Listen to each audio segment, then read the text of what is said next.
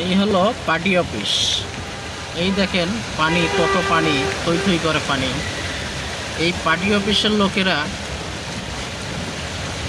অথচ পানির তলে পড়ে আছে। যারা ফেসবুক চালায় তারা চিটাগাঙ্গে গেছে মানুষেরকে খাবার দিতে, খাবার বিতরণ করতে। অথচ কোনো সরকারি লোক তারা এই পর্যন্ত গেল না যে গরিব মানুষের পাশে দাঁড়ায় যারা পানিতে ভাসতেছে। এই দেখেন থই থই পানি, পানি আর পানি। অথচ যারা ফেসবুককে ইনকাম করে 2-4 টাকা, তারা খাবার গরিবের মুখে তুলে দিতে গেছে।